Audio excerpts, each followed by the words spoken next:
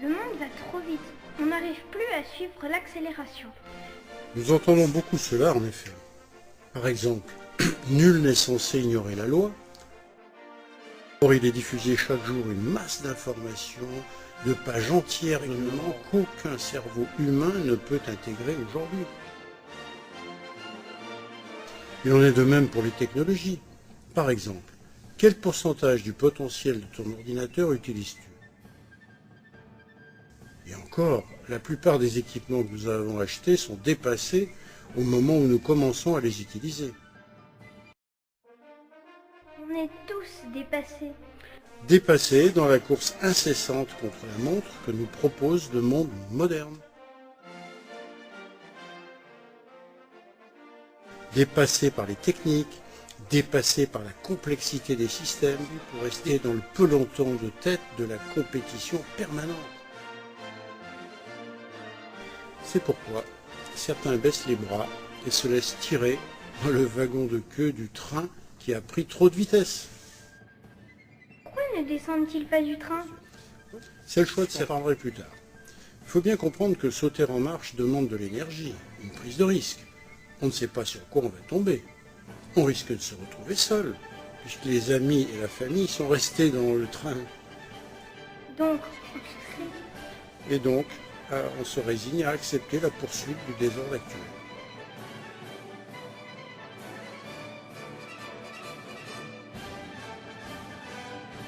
C'est ce sentiment d'impuissance qui explique l'absence de révolte à des situations pourtant révoltantes. Prends l'exemple de la Grèce. La vérité qui est imposée ruine des familles entières, fabrique des chômeurs à la pelle, jette ces familles dans la rue, tout ça pour rembourser ce qu'on appelle la dette publique. Quand on a une dette, il faut bien la payer un jour. Oui, seulement si elle est légitime. Or, il n'y a toujours pas d'audit de la dette parce qu'elle montrerait qu'elle consiste à rembourser les banques et leurs riches actionnaires qui ont trop perdu au jeu de la spéculation. De plus, de plus en plus d'experts reconnaissent que ces dettes ne pourront jamais être remboursées, sans saigner les pays comme c'est déjà le cas dans le tiers-monde. Et ils ont le culot de justifier l'espoir d'une relance économique par la consommation en appauvrissant les consommateurs. Et il paraît que la Grèce ne payait presque pas d'impôts. Souviens-toi qu'il ne faut pas globaliser. De qui parle-t-on quand on parle de la Grèce? De la population pauvre, qui à force d'invasion au cours des siècles avait appris à se débrouiller seule, sans un État régulateur? Ou est-ce qu'on parle des riches? Par exemple, les armateurs qui avaient bien réussi à ce que leurs profits ne soient pas redistribués. Même en France, on se résigne quand le gouvernement recule sur la taxation financière ou la séparation des activités bancaires et spéculatives. Oui, mais on voit des manifestations à la télé lorsqu'on menacé de fermeture. Sauf que c'est souvent davantage pour obtenir des indemnités individuelles que pour contraindre à maintenir l'activité industrielle en la débarrassant de ce qui l'affaiblit. Des frais généraux dispendieux, des salaires exorbitants de dirigeants, des marges de profit immorales réclamées par les actionnaires.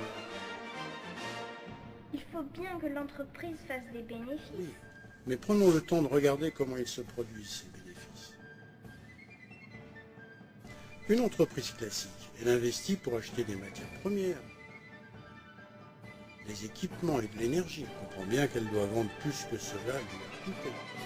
La différence s'appelle la valeur ajoutée. La valeur ajoutée doit permettre de rémunérer les travailleurs, ceux qui ont produit la valeur ajoutée, et payer des impôts, car on profite de nombreux services publics.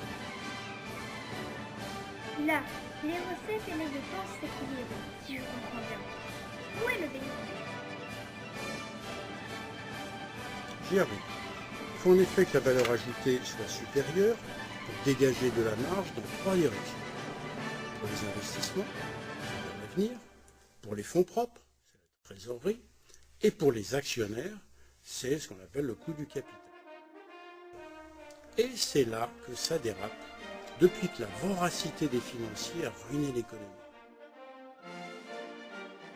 Le compromis entre le coût du travail et le coût du capital s'est déséquilibré et des entreprises ferment aujourd'hui parce qu'elles ne sont pas assez profitables pour leurs propriétaires.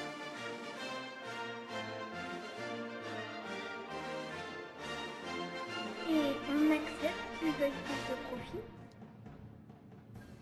Ça n'a pas toujours été le cas. Il y a eu dans le passé des refus si nombreux de cette exploitation que des concessions avaient été obtenues. On parlait alors de lutte des classes.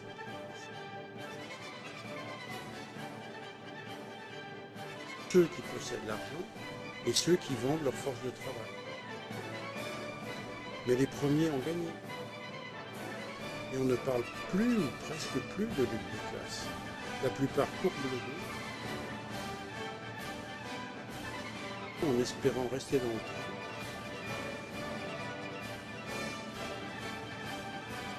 Même si c'est un wagon de 3e classe sans banquette.